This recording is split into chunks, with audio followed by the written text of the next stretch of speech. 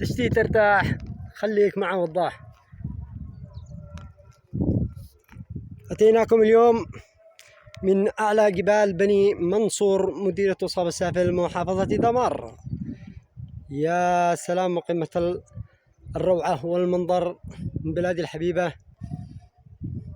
كما تشاهدون أمامكم هذه هي وصاب العالي. وصاب العالي هذه هي قلعة الدن.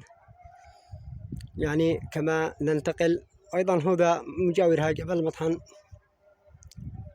وجعر، وأيضا انتقلنا إلى وصاب السافل. يعني أنا في قمم الجبال الآن في بني منصور مع حر الشمس. وأيضا المناظر هذه تربط عدة عزل، منها بني شعيب وبني عياش وبني منصور وجبال بني صالح. تشاهدون أمامكم في الصورة على مناظر خلابة وجميلة من بلادي الحبيبة وصاب، حفظها الله ورعاه من كل حاقد وحاسد ومكروه.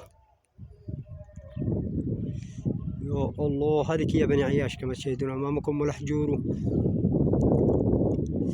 وهذا جبل بيسان إن شاء الله نزوره قريب.